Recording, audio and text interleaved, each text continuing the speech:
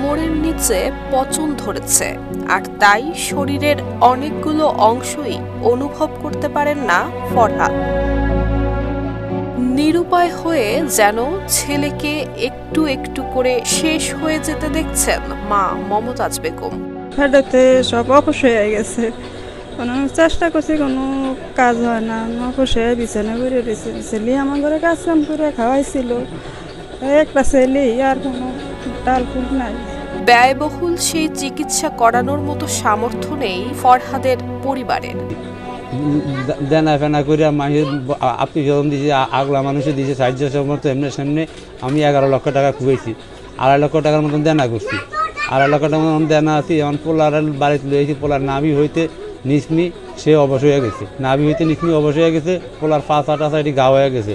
অনেক পোলার টাকার জন্য পোলার চিকিৎসা করাইতে পারি না, ওটু টাকা 2 টাকা হইতো, চিকিৎসাটা করাইতে পারলো ইনশাল্লাহ পোলা আল্লাহর মতো আলহামদুলিল্লাহ সুস্থ হইতো। আজ থেকে 7 মাস আগেও জীবন ছিল অন্যরকম। ফরহাদের কঠোর পরিশ্রম এবং উপার্জনে পরিবারে ফিরেছিল সচ্ছলতা।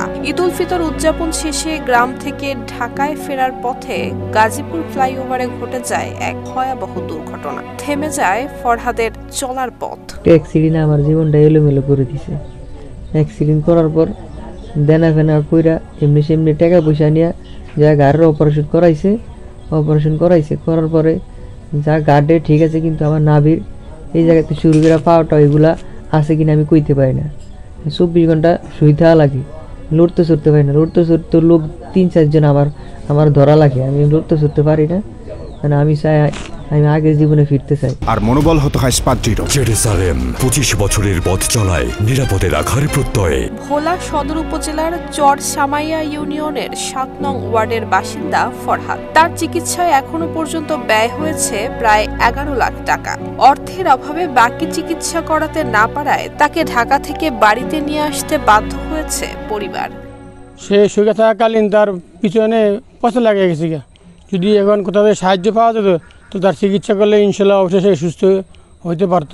আমরা এলাকার জনগণ সবাই চাইতে ফরহাদের খুব দুর্ভোগ, এখন ফ্যামিলির অবস্থা গুরুতর, খুবই খারাপ, এবং সরকারের কাছে আমরা আবেদন করতেছি যে তার সহযোগিতা করার জন্য। সহযোগিতা করলে ছেলেটা চিকিৎসাধীন হয়ে সুস্থ এবং সুন্দরভাবে জীবনযাপন করতে বলি পারব। সরকারের পাশাপাশি সমাজের বিত্তবানরা এগিয়ে আসলে উন্নত চিকিৎসা পাবে ফরহাদ, ফিরতে পারবে স্বাভাবিক জীবনে, এমনটাই প্রত্যাশা পরিবার এবং স্থানীয়দের। নুসরাত জাহান মেহেক, ঢাকা পোস্ট।